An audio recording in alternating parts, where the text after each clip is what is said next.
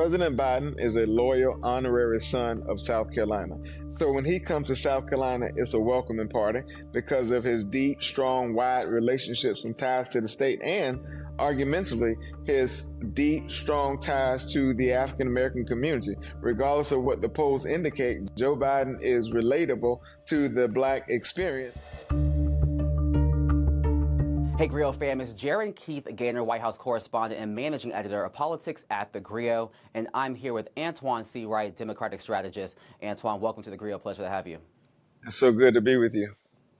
So we are just days away from the historic South Carolina primary, the first time in history that South Carolina has been the first primary state for the Democratic presidential nomination.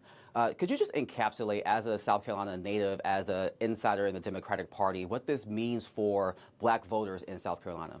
Well, it means that we had a president and the leader of our party who had the political will and the steel spine to recognize that Black voters are the most consequential and loyal voting bloc in a generation.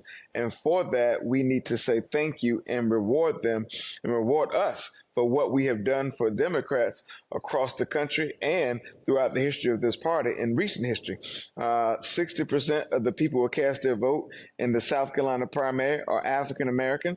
It's ironic that 40+% of enslaved Africans who came through this country came through the port of Charleston. And for me, as the grandson of sharecroppers from rural South Carolina, the same bloodline of those who once picked cotton will now have the first say-so and picking who the leader of our party will be and ultimately who the president of the United States will be. And for people who have doubt, since 1992, every candidate who's won the Democratic presidential preference primary has gone on to be our party's nominee, with one exception, Gerren, and that was in 2004 when neighboring North Carolina Sun won the Democratic primary in South Carolina, but did not win our party's nomination. But he was on the ticket that year as the vice presidential nominee. So South Carolina has a colorful, deep, rich history of picking presidents and nominees.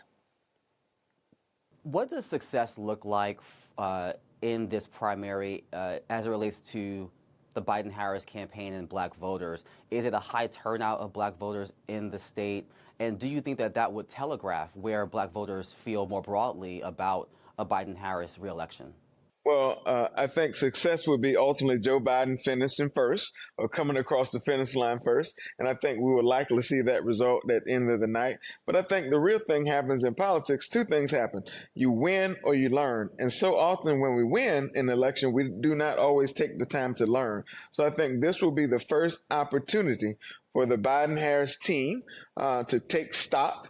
After Black voters will have their first say-so, after rural voters will have their first say-so, young voters, women, etc., take stock on what resonated, what worked, what messaging could work, where we have to do better, and glean a number of things, including what priorities matter to certain constituency within the Democratic Party as we try to further build out coalitions and constituencies that will help us expand on what we've built since Joe Biden has taken office, since we've had the success we've had at the ballot box in 2020, since 2020. And President Biden has been in South Carolina campaigning, obviously. You have been in South Carolina for a part of those visits. How has the president been received? What have you been hearing about how he's been received in South Carolina? President Biden is a loyal honorary son of South Carolina.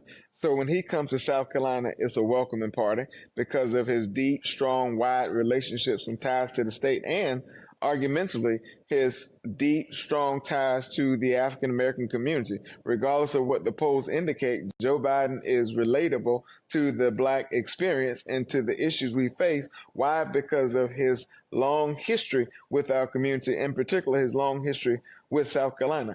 I think that matters. And the president coming to South Carolina with a high-tech effort, when you see all the ads and the education that's being done about the primary process and things he's accomplished, in particular the African-American accomplishments, and then the high touch when he shows up at a barbershop, when he goes to a restaurant, and when he visits with folks who ordinarily would not get a touch from the leader of the free world, I think it demonstrates Retail Joe.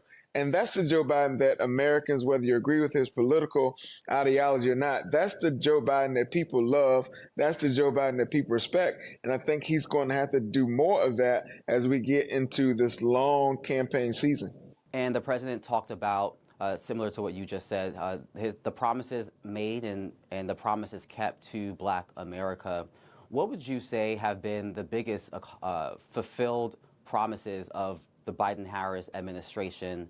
And do you think that that will resonate with Black voters in South Carolina and across the country?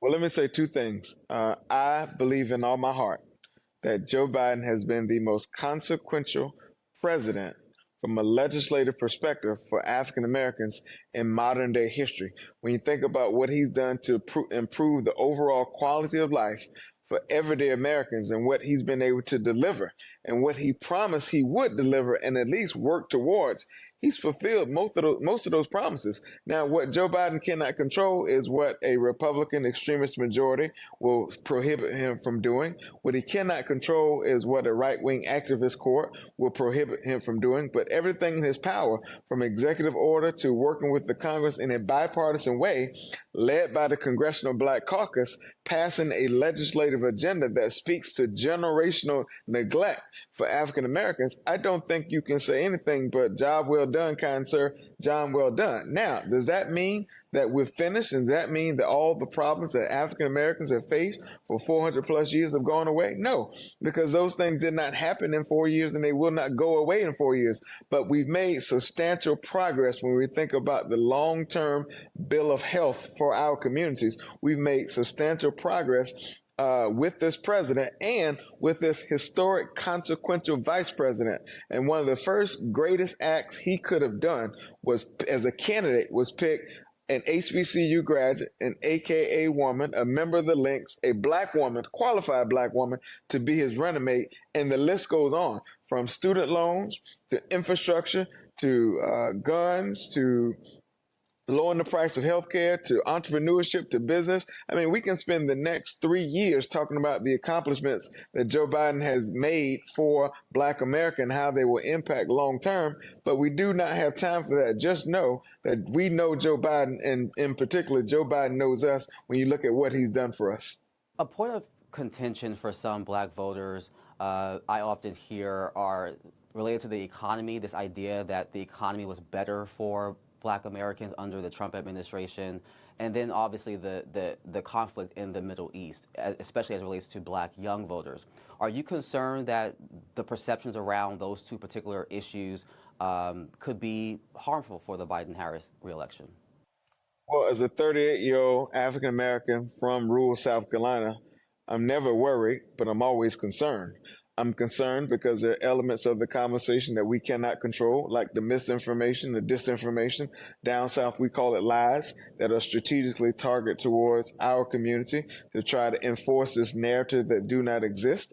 By all measures of how we measure the success of a president, if you look at his legislative record and if you look at the economy on paper, by all measures, it says that Joe Biden has done more in this economy or for this economy than most presidents combined in the history of this country. We have a resilient economy that keeps roaring back. I think where the disconnect is, people have forgotten where we were in 2020 before Joe Biden taking office. And so much has been done so quick till people don't always understand the rewind effect, the remind effect, and then the reinforce effect. And what we have to make certain that we understand is that we've never seen some of the historic gains we've seen before in my lifetime. Look, lowest Black unemployment rate, more African-American entrepreneurs in the history of this country. You think about healthcare, you think about more people having health insurance. That matters to the economic bill of health. You think about what this president did with the child tax credit, including cutting Black poverty in half and child poverty in half. That did not happen under former President Trump. Those up to $7,500 checks, regardless of what the internet and the right-wing extreme fake news may tell you, that happened under Joe Biden by way of the American Rescue Plan, the rental assistance and all those things. And so as a result, the economic bill of health for African Americans is doing well, and the overall economic bill of health of this country is going well. Now, as it relates to the conflict that we see a lot of chatter about, am I concerned Absolutely, I'm concerned because there are people who are trying to box the president in who may not see the picture the way he does it. He is the leader of the free world. So consider him an umpire watching the ball come down the plate. Consider us as everyday Americans of people in the batter box. He has to see the ball coming down the plate differently and make a decision, a judgmental decision.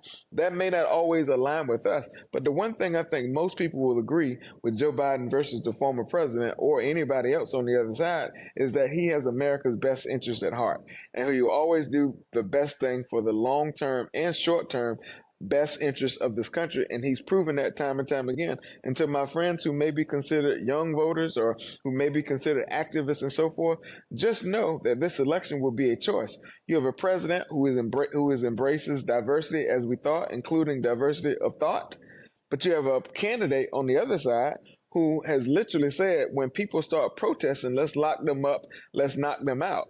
Those are two different viewpoints of how people are embraced and how diversity and differences are embraced. And that's the decision voters will have to make at the polls. And lastly, the president has been, and the campaign has really heightened that contrast between the president and former President Trump.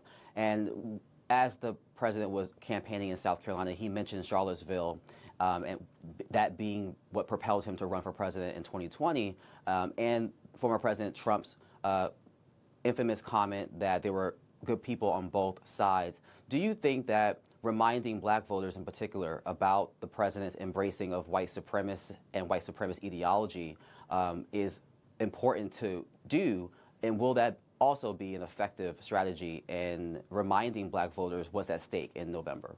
Look, it's not only important to do, it's a must do. For a lot of people, Donald Trump is a long memory. It's been 4 years since he's last had power. But for a lot of people, the aroma or the scent of Donald Trump and the things that he cares about and the people he stood with and the ideology he adopts himself to, those things still remain. Jim Crow may be dead, but his nieces and nephews are alive and well, and they have lived this life of Trumpism and embraced Trumpism, white nationalism, Christian white nationalism, white supremacy. All those things are real conversation that we have to have in the political ecosystem right now, and they're on the ballot. They hang in the balance. And so when you say that I can tolerate Donald Trump, that means you are dismissing the fact of who he stood with, what he stood for, and what he will do if he has power again. For the people who think that slavery is a job training program, I think that's wrong. That's what Trump represents. For the people who think we should whitewash history and ban books, I think that's wrong. That's what he represents. For the people who do not think women should be trusted to make their own healthcare decisions, and those decisions remain between her and her doctor, I think that's wrong. For people who think it's okay for white nationalism to be a real domestic threat, according to the FBI, I think that's wrong. All those things will be on the ballot. And just know what Trump did the last time he had the presidency will be on steroids and amplified even more if he has a chance to return to power. So Trumpism is on the ballot. Antjuan Seawright, Democratic strategist, thank you again for your time. Thank you.